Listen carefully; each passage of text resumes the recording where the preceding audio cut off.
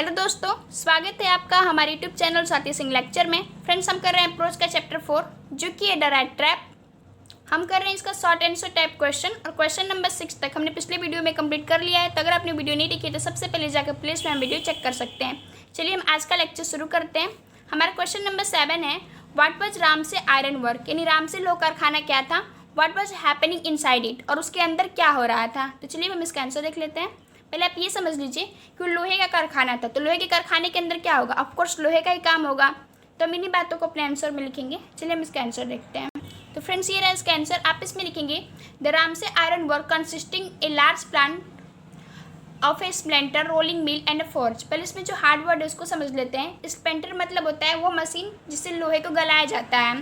Forge मतलब होता है भट्ठी। यानी जो राम से लोह कारखाना था वो एक बहुत बड़ा कारखाना था, मतलब बहुत बड़ा प्लांट था जिसके अंदर स्प्लेंटर था, रोलिंग मिल था, फोर्ज था। जो भी चीज़ें लोहे बनाने के लिए काम में आती हैं वो सारी चीज़ें उस कारखाने के अंदर थी।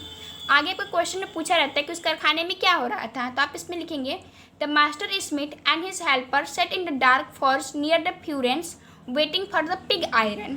पिग आयरन मतलब होता है कच्चा लोहा, यानी जो लोहा भी पका ना हो, कच्चा लोहा हो, कमज़ोर हो, उसे कहते हैं। फ्यूरेंस मतलब होता है भट्टी, और मास्टर स्मिथ मतलब होता है मुख्य लोहार। यानी अब समझिए कि जो मुख्य लोहार था और उसका जो हेल्पर था वो दोनों उस अंधेरी कारखाने के पास बैठे हुए थे और इंतज़ार कर रहे थे कि जो कच्चा लोहा है वो तैयार हो जाए, which had been put in the fire to be ready to put on the anvil, ताकि वो तैयार हो जाए। जब वो तैयार हो जाएगा तो हम उसे आग में डाल देंगे और आग में डाल करके हम लोहा बना लेंगे। आगे आप लिखेंगे all the time there were many sound to be heard in the forest, और हर समय उस कारखाने से क्या बहुत सारी आवाज़ें निकलती थी। क्यों निकलती? क्योंकि लोहे का कारखाना था। कभी उसमें लोहे को पीटा जाता था, कभी लोहे बनाया जाता था, लोहा गलाया जाता था, जिसके कारण उसमें से तरह तरह की आवाज़ें आती थी। इसलिए हर समय उसमें किसी न किसी प्रकार की आवाज़ आती रहती थी क्योंकि वो लोहे का कारखाना था। तो आई होप आपको आंसर समझ में आ गया होगा। अगर आपको कोई भी डाउट हो तो आप हमें कमेंट करें। अब हम चलते हैं इसके नेक्स्ट क्वेश्चन पे। तो फ्रेंड्स, हमारा क्वेश्चन नंबर 8 है, how did the iron master react to seeing the vagabond. Vagabond मतलब होता है रैट ट्रैप सेलर, यानी चूहेदानी बेचने वाला। वेजवंट इनसाइड हिज फॉर्ज, यानी कि उस रैट ट्रैप सेलर को अपने कारखाने में देखकर आयरन मास्टर ने कैसा रिएक्ट किया, हमें ये बताना है। तो चलिए हम इसका आंसर देख लेते हैं।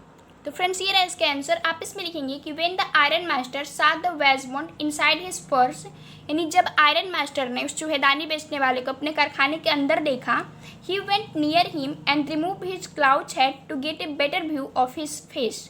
तो उसके पास गया और उसने जो अपने चेहरे पे जो अपनी टेढ़ी मेरी टोपी लगा रखी थी, टेढ़ी वाली टोपी जो लगा रखी थी, उसको हटाया, उसको रिमूव किया।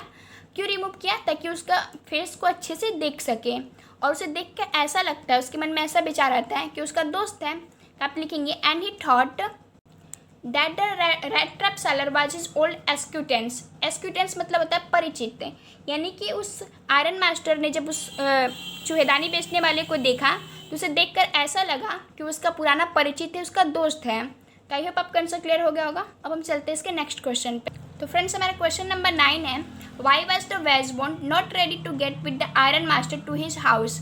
यानी जो वो घुमक्कर था, या फिर कह सकते हैं जो रैट ट्रैप सेलर था, वो आयरन मास्टर के साथ उसके घर जाने के लिए तैयार क्यों नहीं हुआ। तो समझिए कि जो आयरन मास्टर था वो समझ रहा था कि जो रैट ट्रैप सेलर है उसका पुराना दोस्त है, इसलिए उसे अपने घर ले जाना चाहता था। लेकिन जो वेजवंट था वो तो जानता था ना कि हम उसके दोस्त नहीं हैं, हम तो चूहेदानी बेचने वाले हैं, और वो चोरी किया था 30 कॉर्नर का, तो इसलिए उसके घर नहीं जाना चाहता था। तो हम इन्हीं बातों को अपने आंसर में लिख देंगे। चलिए हम इसका आंसर देख लेते हैं। तो फ्रेंड्स, ये रहा इसका आंसर। आप इसमें लिखेंगे the vagabond was not ready to go with the iron master to his home. यानी जो रैट ट्रैप सेलर था, या फिर जो कह सकते हैं जो वेजवंट था, जो घुमक्कर था, वो आयरन मास्टर के साथ उसके घर जाने को तैयार नहीं हुआ, because he had stolen 30 corners and he had fear to cut. क्योंकि वो क्या किया था, वो 30 कॉर्नर का चोरी किया था। मैंने बताया था कि कॉर्नर्स क्या होते हैं, जैसे भारत में पैसे को रुपया में बोलते हैं, यूएसए में चल जाएंगे तो हम डॉलर बोलेंगे, वैसे ही स्वीडन में पैसे को हम कॉर्नर कहते हैं, ठीक है। तो वो उसने 30 कॉर्नर का चोरी किया था और उसे डर था कि कहीं हम पकड़े ना जाएं। ऐसा उसे लग रहा था कि लोग हमें घर पे ले जाके अपने पुलिस के हवाले कर देंगे, इसलिए वो जाने से डर रहा था, इसलिए उसके घर नहीं जाना चाहता था। तो आई होप आपको ये आंसर भी क्लियर हो गया होगा। अब हम चलते हैं अपने नेक्स्ट क्वेश्चन पे। तो फ्रेंड्स, हमारा क्वेश्चन नंबर 10 है, what did the iron master do to bring vagabond to his house. यानी कि उस आयरन मास्टर ने उस वेजवंड को यानी कि उस घुमक्कर को या फिर कह सकते हैं उस रेड ट्रैप सेलर को अपने घर बुलाने के लिए क्या किया। यानी वो तो उसके घर आ नहीं रहा था, वो तो जानता था कि हम उसके दोस्त नहीं है, इसलिए वो घर उसके नहीं जाना चाहता था। लेकिन वो तो समझता था, जो आयरन मास्टर था वो समझता था कि उसका दोस्त है और वो आना नहीं चाहता है क्योंकि वो उसका वेशभूषा खराब है, वो अब चूहेदानी बेचने का काम कर रहा है, इसके लिए वो नहीं आना चाहता है। वो तो ऐसा सोच रहा था, तो उसने उसको अपने घर बुलाने के लिए क्या किया हमें ये बताना है। तो चलिए अब इसका आंसर देख लेते हैं। तो फ्रेंड्स ये रहा इसका आंसर। आप इसमें लिखेंगे the iron master had sent his daughter to bring vagabond to his house. यानी जो आयरन मास्टर था अपनी बेटी को भेजता है उस वेजवंड को अपने घर बुलाने के लिए। ऐसा क्यों करता है वो? Because his daughter had better power of persuasion than him. यानी क्योंकि उसकी बेटी के पास किसी को भी मनाने की ताकत उसके अपेक्षा ज़्यादा रहती है। यानी आयरन मास्टर रहता है उसके अंदर किसी को भी मनाने, ये ऐसा नहीं रहता कि किसी को भी बहुत अच्छे से कन्विंस कर ले, लेकिन उसकी जो बेटी रहती है वो बहुत अच्छे से दूसरे को कन्विंस कर लेती है। इसलिए वो अपनी बेटी को भेजता है ताकि वो उसकी बेटी उस रेड ट्रैप सेलर को, जिसे वो अपना दोस्त समझ रहा था, उसको मना के अपने घर ले आए। तो आई होप आपको ये आंसर भी क्लियर हो गया होगा। अगर आपको कोई भी डाउट हो तो मैंने पहले भी कहा कि आप हमें कमेंट कर सकते हैं। अब हम चलते हैं अपने नेक्स्ट क्वेश्चन पे। तो फ्रेंड्स हमारा नेक्स्ट क्वेश्चन है question number 11। What did the iron master and his daughter decide to do with the guest. यानी आयरन मास्टर और उसकी बेटी ने अपने गेस्ट के साथ क्या करने का निश्चय किया। जो रेड ट्रैप सेलर था उसके घर गया था, तो उसका गेस्ट था, उसका मेहमान था, तो उसने उसके साथ क्या करने का निश्चय किया। तो आप समझिए कि उन लोगों ने, वो क्रिसमस आने वाला था, तो उन लोगों ने सोचा कि उन लोगों ने सोचा कि जो रेड ट्रैप सेलर था उसका बहुत अच्छे से स्वागत करेंगे। तो हम इसी चीज़ को अपने आंसर में लिख देंगे। आइए हम इसका आंसर लिखते हैं। तो ये रहा इसका छोटा सा आंसर। आप इसमें लिखेंगे the iron master and his daughter decide to welcome the guest on Christmas ewe.